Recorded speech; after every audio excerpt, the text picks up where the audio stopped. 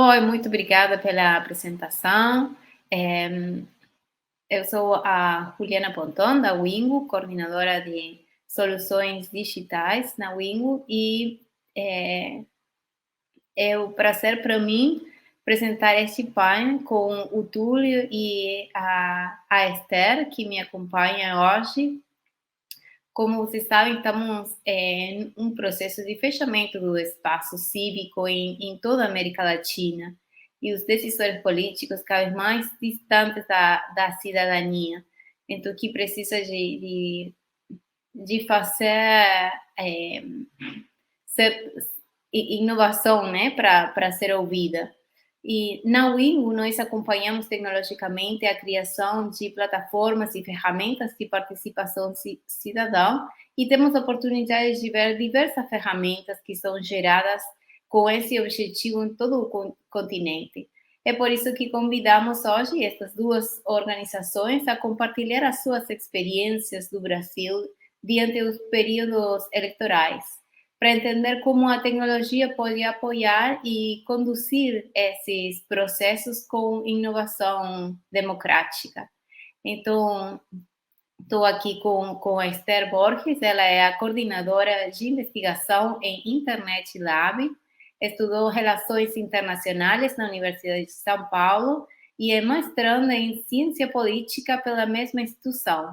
É coordenadora de pesquisa da área de informação e política do Internet Lab e é uma das organizadoras do Instituto Minas Programa. Bem-vinda, é um prazer para nós que você esteja aqui conosco. E também temos o Túlio Malaspina, que é o diretor executivo do Instituto Update, é generalista por essência, faz de tudo um pouco, sempre com dedicação e empenho, é conselheiro do Sleeping Giants do Brasil e o Instituto Procomum. É cofundador e diretor no Instituto Update. Bem-vindo, Túlio, também. É um prazer para nós que estejam aqui participando. Querem vocês apresentar também as suas organizações? Quer começar, Esther? Pode ser, posso falar primeiro. Isso. Bom, muito obrigada pelo convite, pela apresentação, Juliana. Falando em nome do Internet Lab, né, quem nós somos? O Internet Lab é uma organização sem fins lucrativos, nós somos um centro independente de pesquisa interdisciplinar, né, que promove o debate acadêmico e a produção de conhecimento nas áreas de direito e tecnologia, principalmente no campo da internet. Então, a gente trabalha com direitos digitais, é uma organização que agora tem 8 anos de existência, e nós pensamos muito em ser esse ponto de articulação entre a academia, a universidade e também a sociedade civil, o setor privado. Então, a gente discute os temas de direitos digitais por vários âmbitos, tanto o direito de privacidade, direito à liberdade de expressão nas redes, as questões de desigualdade que envolvem agora o digital também, né? Desigualdade de gênero e raça, e também a área de informação e política, que é a que eu mais trabalho dentro do Internet Lab, que tenta entender como o ambiente digital mudou a comunicação política, mudou o jeito da gente conversar sobre política e eleições. Obrigada, Esther. Obrigado, Juliana, também, pelo convite. Obrigado, também, prazer estar aqui. Eu sou Túlio, do Instituto Update. O Update é uma organização brasileira que trabalha fortalecendo a inovação política na América Latina. Quando a gente fala de inovação política, a gente tem que sempre contextualizar, né? Porque a inovação ela está muito ligada ao contexto em que a gente está. E se a gente está falando de América Latina, o olhar que a gente tem para a inovação política está muito ligado à questão das desigualdades, né? Sendo a América Latina o país mais desigual do mundo economicamente, mas não só economicamente, como também na política, né? Na representação política. Então, quando a gente fala de fortalecer a inovação política na América Latina, a gente está olhando principalmente para redução das desigualdades desses grupos que atualmente são subrepresentados na política, né? Então, como é que a gente realmente fortalece e acelera esse acesso para que mais mulheres, mais pessoas negras, mais indígenas, mais pessoas LGBTQIA+, mais jovens, mais pessoas com deficiências também possam estar no lugar de tomada de decisão da política institucional. A gente faz isso basicamente com duas grandes linhas de atuação. Uma que é dando visibilidade para esses casos de sucesso, para essas pessoas, essas lideranças que estão lá e estão já demonstrando uma forma muito diferente de fazer política, muito diferente do que os homens brancos fazem como política, e também contribuindo, viabilizando essa participação para que essas pessoas consigam, de fato, vencer as barreiras que o status quo e que o sistema cria para que essas pessoas nunca cheguem ao poder. Então, trabalhando muito para essas reduções de barreiras para que essas lideranças consigam chegar lá mais rápido. É isso. Obrigado. Obrigada a você. Super interessante as duas iniciativas. E agora, nesse momento especial, né, de processo eleitoral, quais você acha que são os principais desafios agora neste processo este ano? Bom, dentro do Internet Lab a gente enfrenta vários desafios, né? A gente enxerga vários desafios nas eleições e nos processos eleitorais que estão acontecendo desde 2016. Eu acho que a partir de 2018 foi quando a gente começou a acompanhar mais de perto aqui no Brasil, através de alguns trabalhos que a gente começou a desenvolver. Então, a gente tinha o Você na Mira, por exemplo, que era um projeto que tentava entender como os políticos estavam financiando as campanhas deles online e como eles estavam direcionando propaganda eleitoral a partir dos dados das pessoas no Facebook. A gente tinha também Outras Vozes, que era um projeto que tentava muito entender, eu acho que conversa bastante com o que o Túlio fala, do Instituto Update, de como outras vozes, né, que não a do homem branco, estavam conseguindo ou não ter acesso ao debate público e ao debate eleitoral nas redes. E aí a gente percebe que desde 2016, 2018, os desafios eles continuam mais ou menos os mesmos, né? E agora que a gente está nas eleições, esse ano no Brasil a gente tem eleições presidenciais, e são eleições muito grandes, a gente consegue ver que esses dois projetos, eles acabam tendo muitos frutos, né? Tanto entender como a publicidade está sendo feita nas redes sociais, então, como os políticos estão usando dados pessoais, estão usando, muitas vezes, canais privilegiados de comunicação com determinados setores da população, e também o entender como certos discursos violentos têm prejudicado candidaturas, prejudicado movimentos que são movimentos de minorias, de grupos, né, subalternizados no nosso país. Então, eu enxergo esses dois caminhos de desafios mais relacionados às campanhas em si, e aí envolve toda a gama, né, de desinformação, de um discurso de ódio mais institucionalizado, e também a questão da polarização e como as candidaturas de pessoas que vêm de grupos subalternizados têm sido tratadas no âmbito eleitoral nas redes também. Super.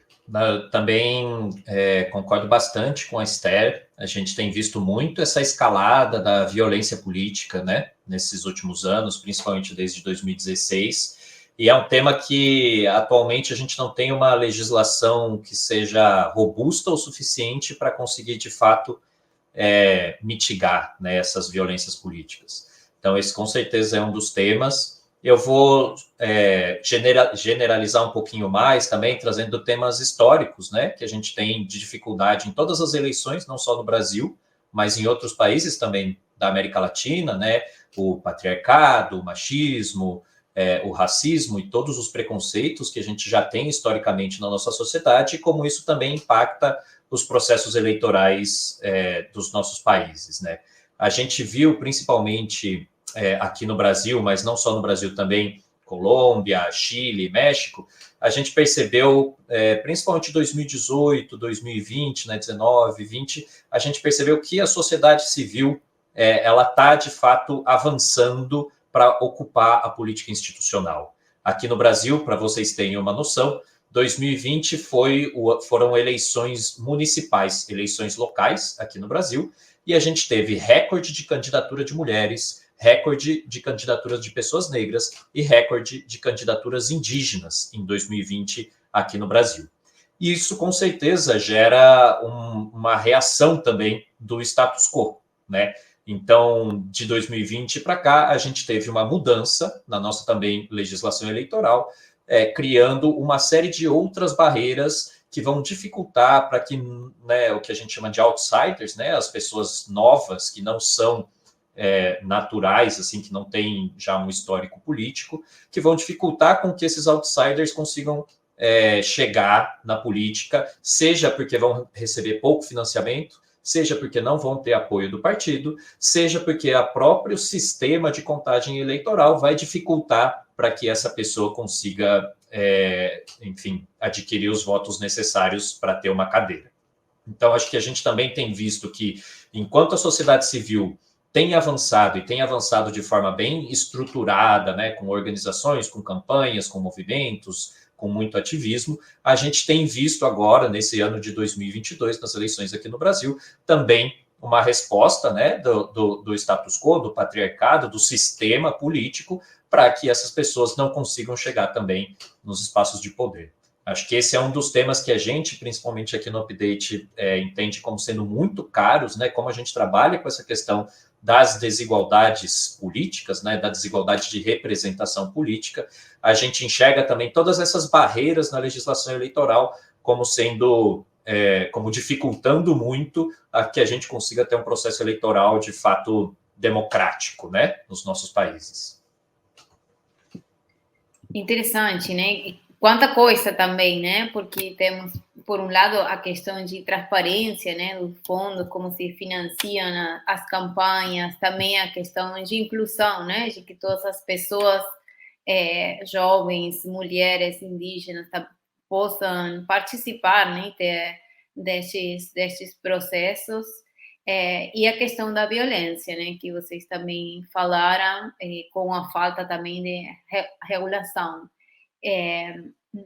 Que bom ouvir que a sociedade civil ha avançado, né? Que em 2020 tiveram essa representação de mulheres indígenas, mas como dá para continuar isso, não? Para continuar avançando e tendo, pensando nestes pontos, como podemos continuar com a inclusão e fazendo desse processo o mais participativo também possível. Posso responder primeiro, Esther?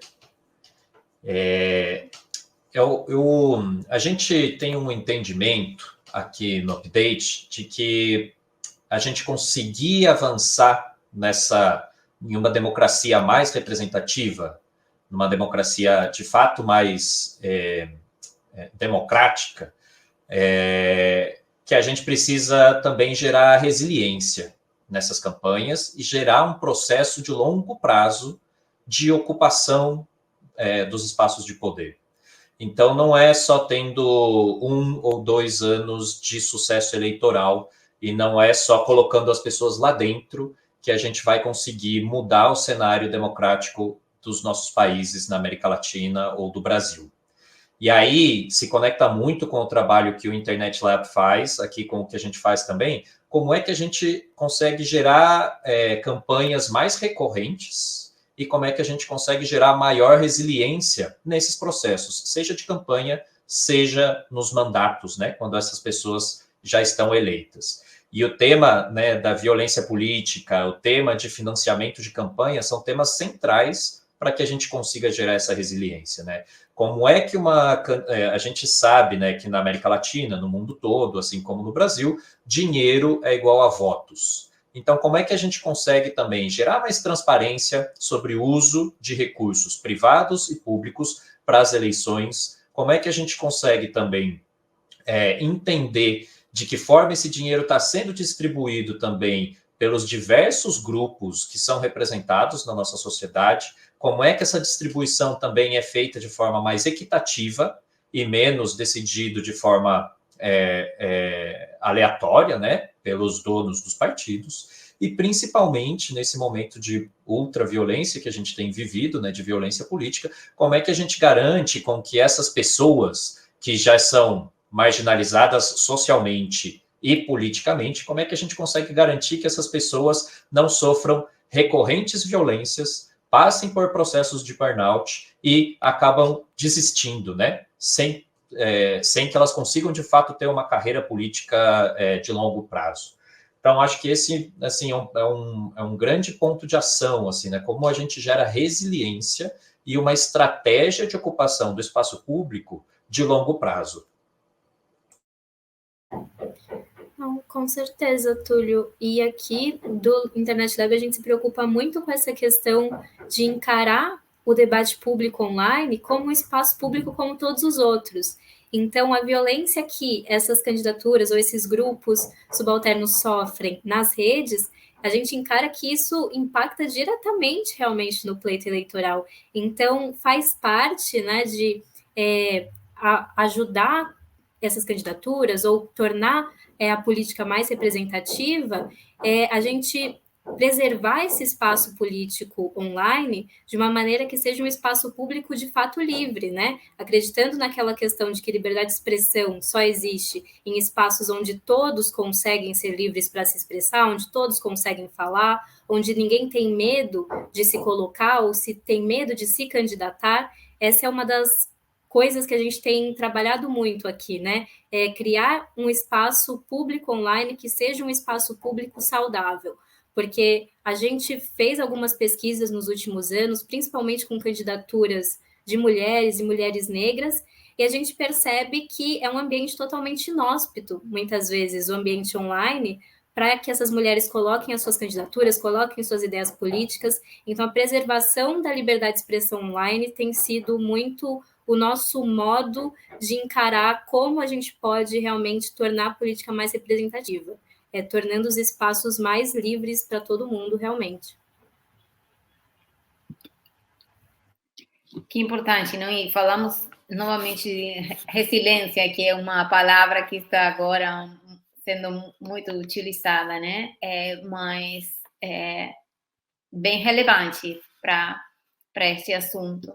E esta questão de ocupação do espaço público e do longo prazo, acho que isso é bem importante. E vocês já falavam antes, né, da violência, o que acontece nas redes sociais. Agora também estamos falando de estes espaços online que sejam públicos, mas também livres, a questão da liberdade de expressão, né, utilizando espaços digitais.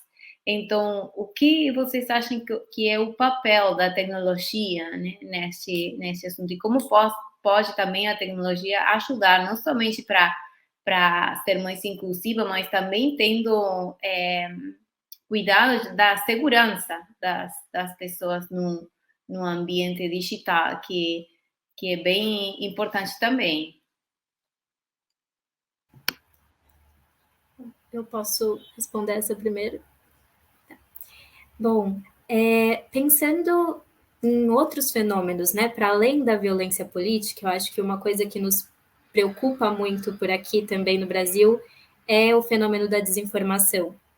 E aí eu quero usar esse exemplo do fenômeno da desinformação para falar um pouco desse papel da tecnologia em tudo isso que a gente está conversando, porque a desinformação ou espalhar notícias falsas ou distorcidas não é um fenômeno novo, né? É um fenômeno que existe há muito tempo. E dentro do ambiente político, desde que a gente tem eleições, a gente tem algum tipo de desinformação sendo espalhado.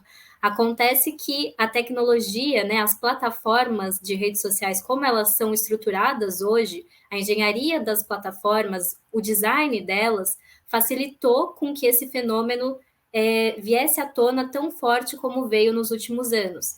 Então, eu acho que toda vez que a gente pensa, né, no papel da tecnologia, nesses fenômenos que nos preocupam no ambiente político, eu acho importante a gente lembrar que a gente não pode buscar soluções tecnocêntricas ou pode achar que a tecnologia é o que faz com que as coisas sejam como são. Não, o design das plataformas, o jeito como as coisas funcionam hoje na internet, as políticas que a gente escolheu ao longo dos anos para a internet, para as redes e para a governança da internet, acabou se acoplando a fenômenos que já existiam. Então, a desinformação, para mim, é muito marcante por causa disso, porque sempre existiu desinformação. E aí, por exemplo, num país como o Brasil, em que nem todo mundo tem acesso à banda larga, né, a internet de qualidade nas suas casas. As pessoas muitas vezes têm acesso apenas à internet no celular e muitas vezes uma internet que é bastante limitada a aplicativos específicos, como o Facebook, o Instagram ou o WhatsApp, que seja. Essas pessoas, elas não conseguem, por exemplo, abrir uma notícia e ler a notícia completa, porque elas não têm acesso à internet como um todo, elas só têm acesso a um pedacinho, né? Elas têm acesso à mensagem que elas recebem.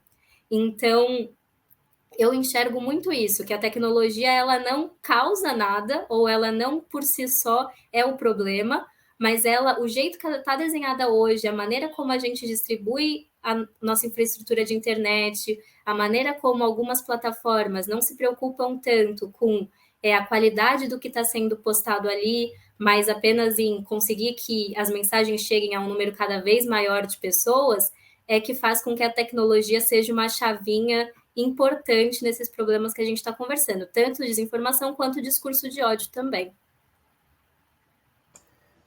Super. Eu vou levar até a conversa um pouco para o outro lado. A gente aqui no Update, desde 2017, quando a gente começou a trabalhar com olhando, né, para essas candidaturas, né, para essas novas lideranças e olhando para o sistema político eleitoral, entendendo que a gente tem de fato um déficit democrático quando as mulheres, quando os negros, quando os indígenas não estão representados, e a gente assim, tinha uma equação que ela é muito difícil de ser resolvida, que essa equação é dinheiro igual a voto. Se você tem dinheiro, você consegue votos. E essa é uma equação que ela está dada. E a gente não pode financiar campanhas, não pode, enfim, apoiar as campanhas por uma questão também de legislação eleitoral. Então, a nossa cabeça ficou muito pensando assim, como é que a gente pode, de fato, diminuir essa desigualdade que existe, que está relacionado ao acesso a dinheiro, acesso a recursos financeiros. E um dos pontos que a gente percebeu que é muito recorrente em campanhas que têm recursos financeiros é que eles têm capacidade de contratar plataformas de gestão de redes sociais, de gestão de comunidade, de gestão de base de dados, que as campanhas com pouco recurso não têm capacidade de contratar, porque são plataformas aí que custam 3, 4, 5 mil reais por mês, em torno aí de $1.000 por mês. Então, são plataformas muito caras, mas que as campanhas com recurso têm acesso a esse tipo de plataforma. Aí eu quero compartilhar rapidinho aqui a apresentação para mostrar para vocês essa plataforma que a gente criou aqui no Instituto Update, desde 2017 que a gente tem trabalhado com ela. Ela já está na sua terceira versão. Eu acredito que vocês estão vendo aí, né? Ela está aqui, apareceu aqui. Ainda não. Vamos ver. E o que é importante, as duas questões, né? Por um lado, esta questão da desinformação, de espalhar notícias falsas, que não é uma questão que vem com a tecnologia, né? Que são questões que existem há muito tempo, mas a tecnologia dá um espaço digital novo, né? E o outro, a questão da desigualdade com financiamento, e a possibilidade para grupos que não têm um financiamento tão alto, que não têm tanto dinheiro, que ainda assim possam ter uma oportunidade, né, de participar nestes processos. Quer tentar novamente Sim. compartilhar? Sim, a ver. Porque desculpa, estou falando espanhol, desculpa. Ou se você tem um link, eu posso tentar também. Ele está aparecendo aqui do meu lado. Agora sim. Agora sim.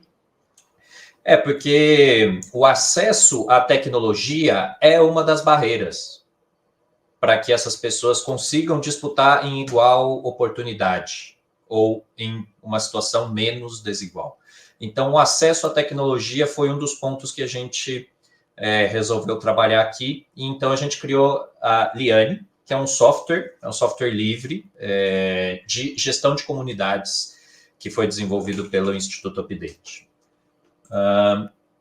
A Liane, basicamente, ela atua fazendo, puxando as bases de dados de redes sociais, Facebook, Instagram, YouTube, e consegue reorganizar todos esses dados de forma mais intuitiva, mais simples, para que os voluntários, para que o pessoal da campanha consiga ser mais ágil nas suas campanhas digitais.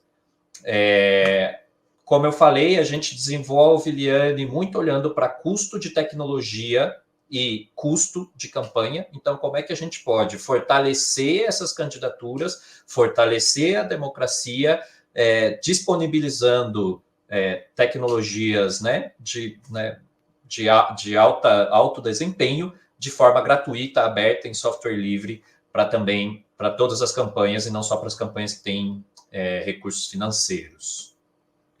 A Liane, ela basicamente trabalha com três features, três ferramentas. Uma que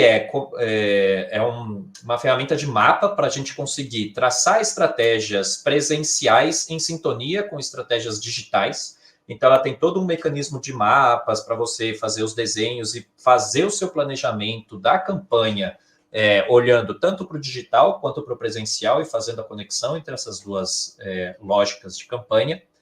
Trabalha também mantendo o diálogo com a sua base, conseguindo realmente estruturar um diálogo mais dinâmico com a sua base em redes sociais e também identificando possíveis novos voluntários, simpatizantes, possíveis doadores de campanha, etc.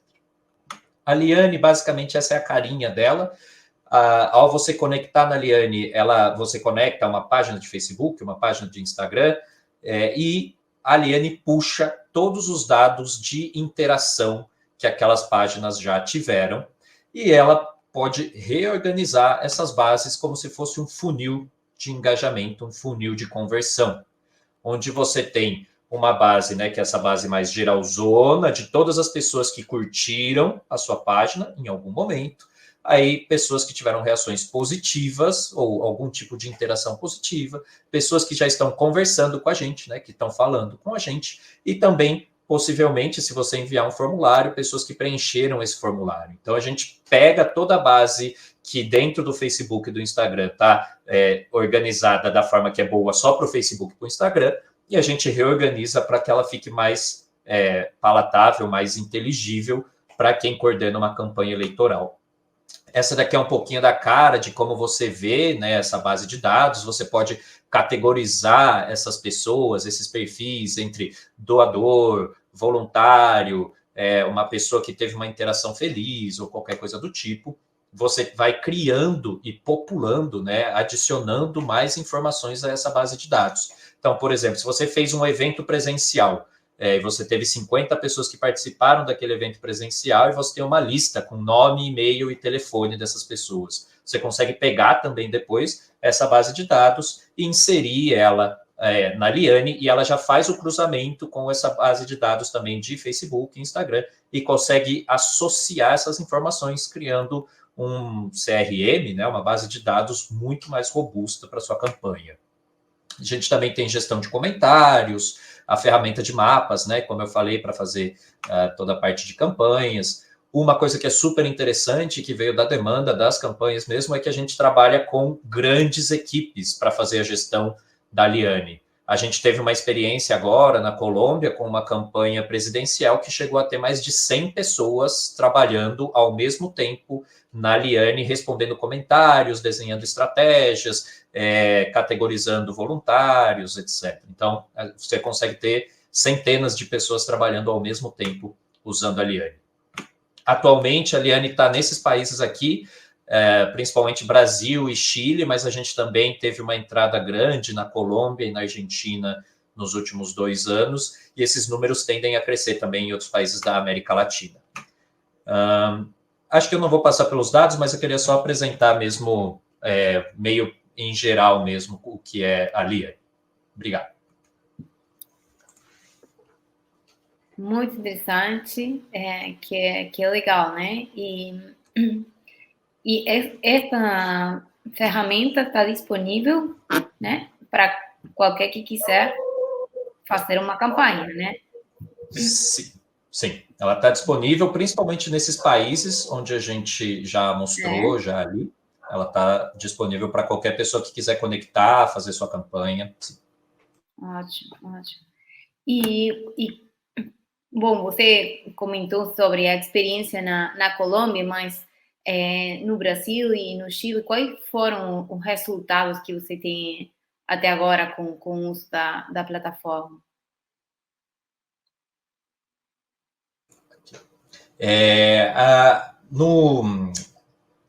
Na Colômbia, principalmente, né, a gente trabalhou com essa campanha presidencial, mas a gente também trabalhou nas eleições locais de Bogotá em 2019.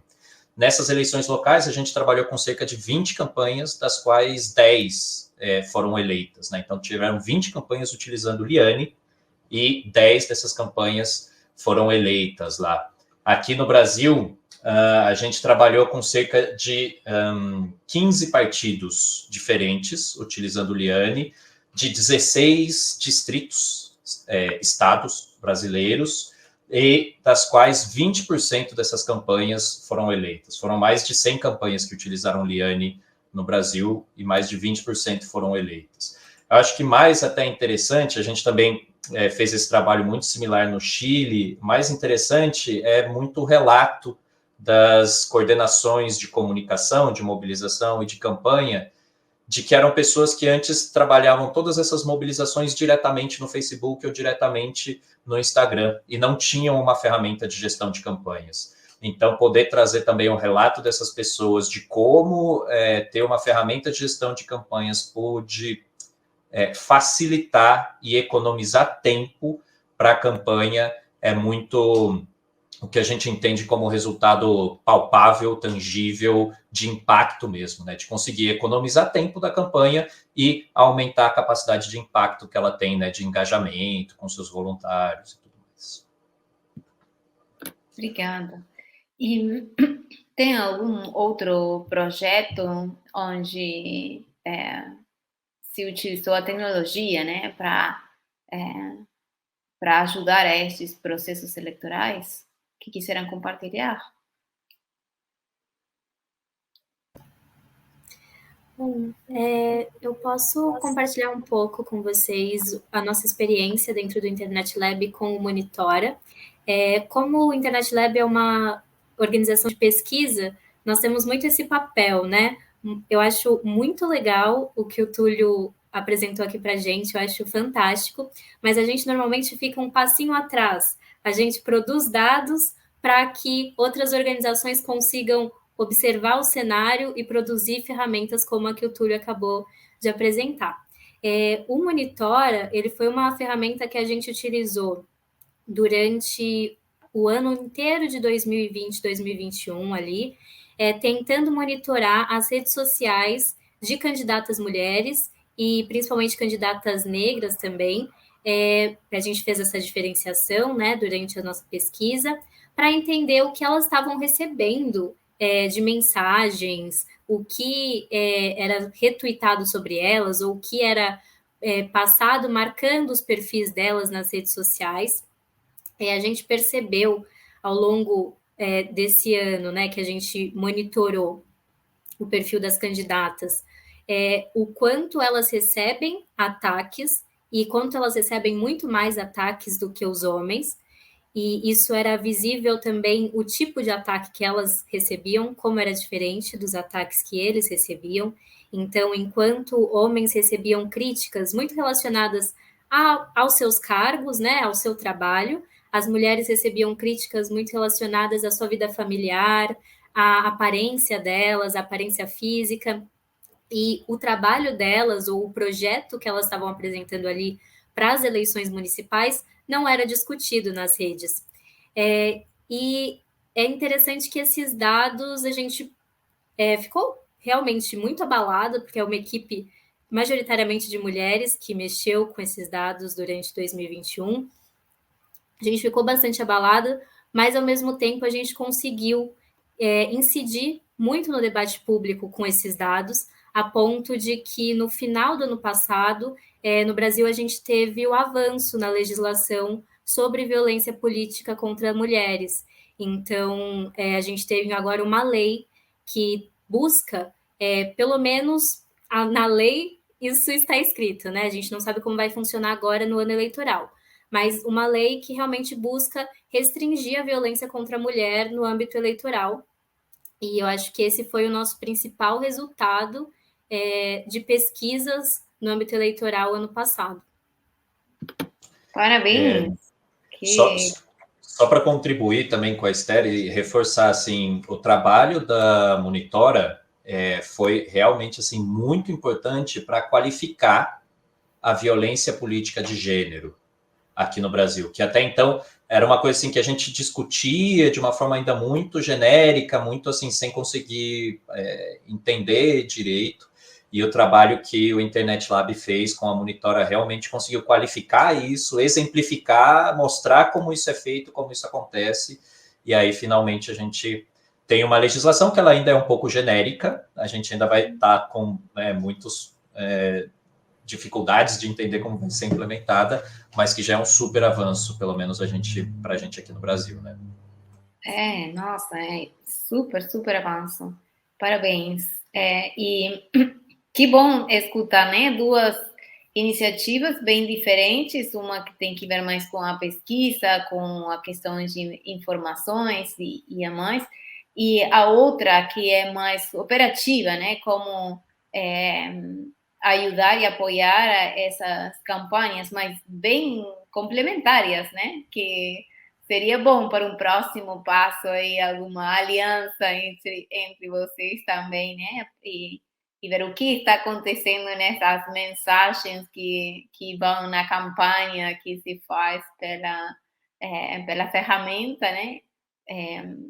Com as informações que vocês já têm do estudo feito pela Monitor, né? Então, quanto mais que temos também para fazer nesse processo e continuar avançando, que vocês acham que teriam que ser os próximos passos em relação com a tecnologia e os processos eleitorais? O que vocês gostariam de ver que aconteça?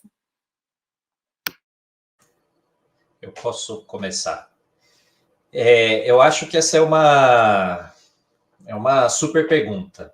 Eu acho que quando, inclusive, a gente está falando, né, do setor da filantropia, né, das organizações sociais, eu acho que a gente tem uma grande dificuldade relacionada à tecnologia, que é o financiamento.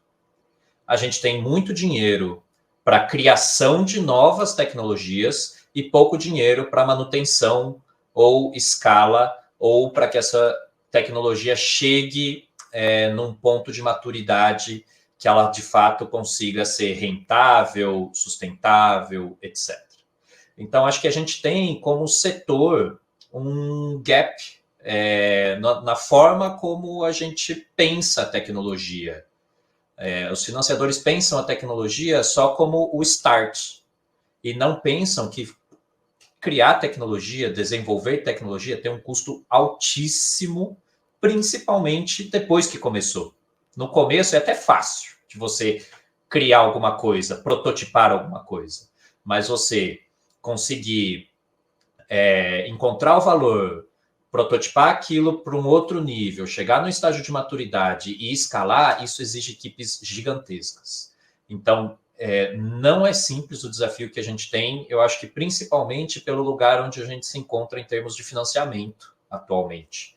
E é muito difícil, assim, Liane atualmente é isso, a gente gostaria de fazer muito mais, a gente sabe que ela pode fazer muito mais, mas nenhum financiador financia uma tecnologia que já está madura, né?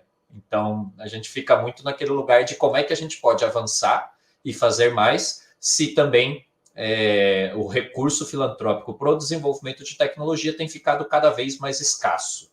Ele ainda existe, mas ele tem diminuído ano a ano. Acho que esse é um dos principais temas. Acho que a gente, por exemplo, no Update, a gente pensa em várias possibilidades de desenvolvimento tecnológico, só que a gente sempre pensa assim, depois que a gente criar, o que a gente faz? Porque não vai ter ninguém para financiar. Então, a gente acaba nem criando, para também depois não ficar com um passivo, né, de projeto que depois não tem futuro. Eu acho que essa é a nossa principal pergunta aqui do Instituto Update. Também não sei como a Esther enxerga aí no Internet Lab, e vocês também na Wingu, que já são, né, muito mais experientes do que nós nesse campo. Né?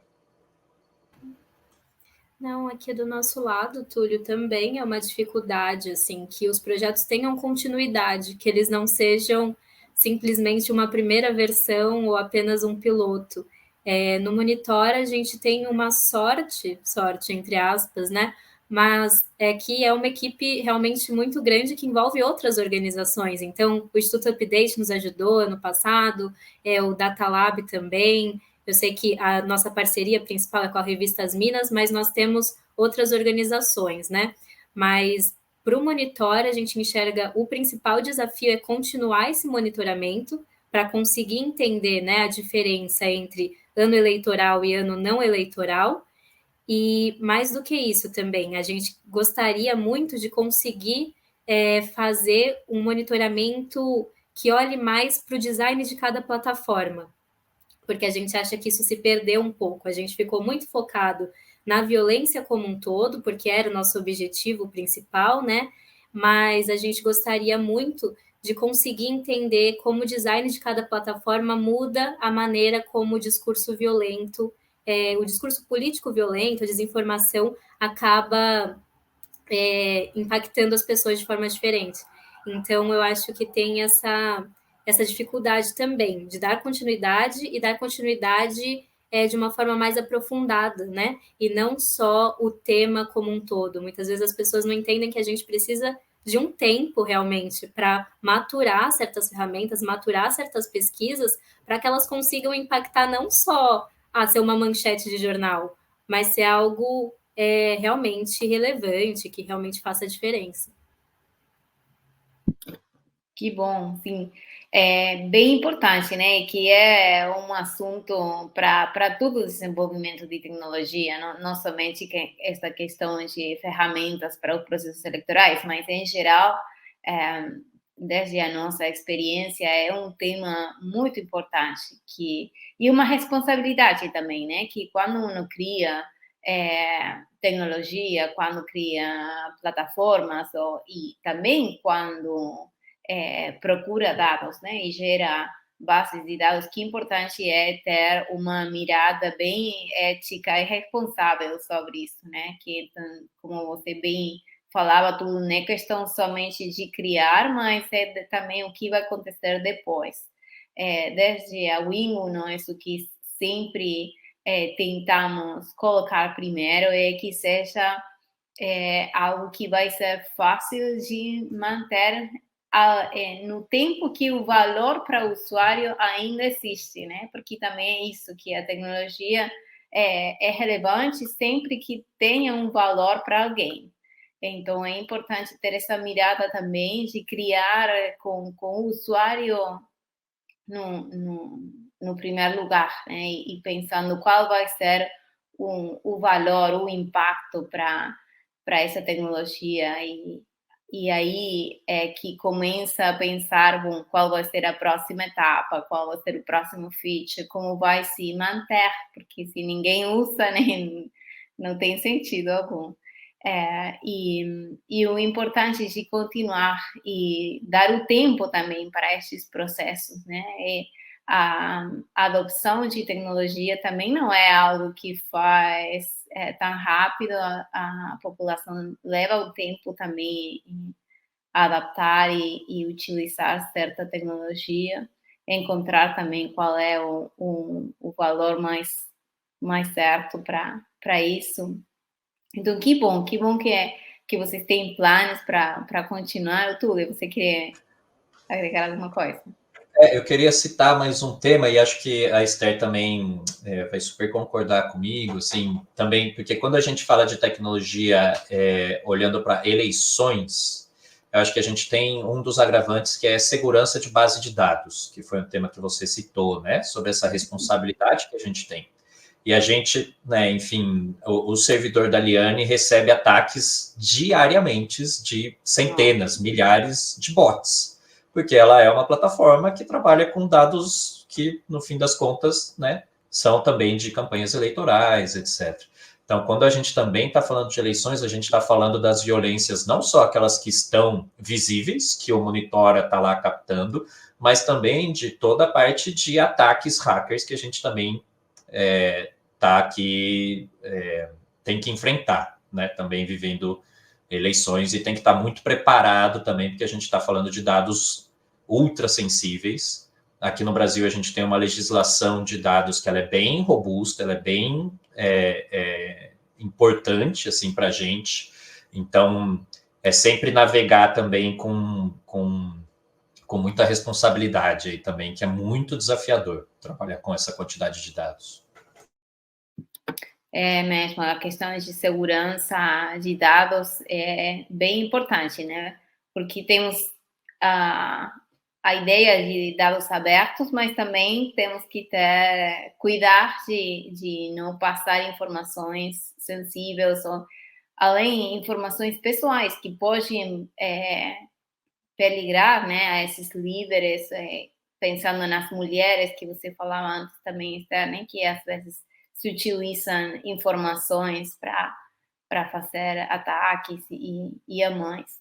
Destes temas de como criar tecnologia e segurança de dados, bom, pode encontrar mais sessões durante este festival, vai ter outras pessoas painéis que vão estar tratando destes assuntos, mas foi muito, muito interessante para mim conhecer esses projetos e as ferramentas e pensar em estes processos. E tenho a última pergunta para vocês, e como vocês acham que a sociedade civil pode contribuir para a melhoria destes processos, né, desde o individual, né?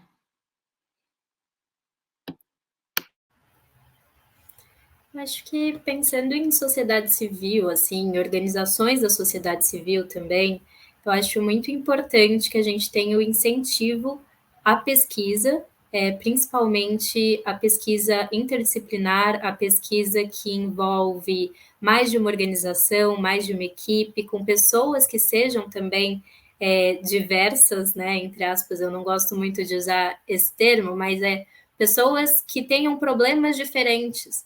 Então, uma pesquisa bem feita, uma ferramenta bem feita, ela precisa de uma equipe que realmente enxergue vários âmbitos da sociedade. Então, a gente só consegue produzir uma ferramenta, uma pesquisa que envolvam realmente problemas de subrepresentação democrática, por exemplo, se a gente tiver vários grupos subrepresentados, bastante representados nas nossas equipes. Então, acho que como sociedade civil, a gente tem que pensar um pouco nisso. Que tecnologia a gente está produzindo, para quem a gente está produzindo essa tecnologia e com quem a gente está produzindo essa tecnologia. Quais problemas nós queremos enfrentar e de quem são esses problemas. E aí, eu acho que, com certeza, a questão da incidência com empresas privadas, com o setor público, vai se tornar muito mais fácil, não fácil porque o caminho se abre, mas fácil porque a gente consegue entender onde os problemas realmente estão e ter mais clareza, né, de para quem a gente está produzindo tecnologia. Super de acordo também. Eu acho que como sociedade civil organizada, né, falando das próprias organizações, assim, acho que é muito isso, assim, nós somos muito pequenos, perto do grande desafio que a gente tem. E uma organização sozinha não vai conseguir avançar, né? Ou a gente trabalha juntos e de forma complementar, olhando uns para os outros e vendo o que os nossos aliadas estão fazendo, para a gente não ficar competindo, mas para a gente poder colaborar nesse lugar de, beleza, enquanto o Update está lá ajudando o pessoal a fazer campanha, a Internet Lab está lá também tentando formular mais um entendimento sobre o que é violência política de gênero. E essas duas coisas têm o mesmo objetivo, que é a gente gerar resiliência, que é a gente ter maior representatividade, que a gente ter um espaço de campanhas eleitorais, políticas, que seja menos tóxico, mais virtuoso, enfim. Mas são duas estratégias diferentes, e a gente se conversa, e a gente sabe que tem uma organização que é melhor que o Update para fazer pesquisa. Então a gente apoia o Internet Lab para fazer pesquisa, em vez da gente querer fazer a nossa própria pesquisa, né? Então, acho que esse lugar da colaboração é uma coisa essencial para que a gente consiga avançar como uma estratégia de um setor, e não só como uma estratégia de uma organização sozinha, né? E acho que em termos também, olhando para a sociedade civil, mais os indivíduos, os cidadãos, eu acho que cada vez mais os indivíduos eles estão engajados com a política. A gente pode até não gostar, porque alguns estão engajados com a má política, mas eles estão mais engajados com a política. Então, acho que no lugar da cidadania mesmo, eu acho que é muito assim, esse trabalho do entendimento, do que compartilhar, do que não compartilhar, e de como é que você pode também, voluntariamente, apoiar as coisas que você acredita. De realmente não se envolver só com a política da treta, da política tóxica, da política partidária, mas se envolver na política comunitária, né? Das pessoas que estão ao seu lado também. Sim, e só uma coisa sobre isso que o Túlio falou, dessa parte individual, eu acho que me lembra muito uma coisa que a gente sempre conversa por aqui também, que é de se envolver e amplificar narrativas que você acredita, né? Então, muitas vezes a gente quer só amplificar a denúncia, né? Olha o que essa pessoa fez, olha como isso é horrível e tudo mais. Mas por que não, quando você vê algo horrível, ao invés de amplificar aquele conteúdo, você amplifica o conteúdo de um criador de conteúdo ou você mesmo que produziu, mas algo que seja uma contranarrativa. Eu acho que a gente precisa buscar essas contranarrativas dentro do ambiente político digital hoje em dia. Obrigada, eu gostei muito dessas mensagens finais, né, para o setor social, da sociedade civil, né, de pesquisar, de trabalhar em equipe, pensar em todos os grupos, né, e que estejam representados, essa questão de trabalhar em rede, reconhecer o expertise dos outros que já têm, capitalizar essa experiência do outro para continuar acrescentando ainda mais sobre o que as bases que já temos, essa questão de colaboração, que para nós é super importante, e a mensagem para o cidadão que eu gostei demais, né? Essa questão de se envolver em aquelas questões que nos interessam, né? Essa política também comunitária, essa recomendação da Esther, né, de amplificar a narrativa na que uno acredita, achei super, super boa. Eu agradeço muito, tenho ainda mais perguntas, ficaríamos aqui falando horas e horas, é um assunto super interessante, a experiência que vocês compartilharam aqui também, mas estamos no tempo, só fica para mim agradecer pelo tempo, pela generosidade de vocês de compartilhar a sua experiência e as suas ferramentas, convidá-los para que fiquem em nosso festival e participem nas outras painéis e charlas. E bom, se vocês quiserem adicionar alguma mensagem para fechar, tá?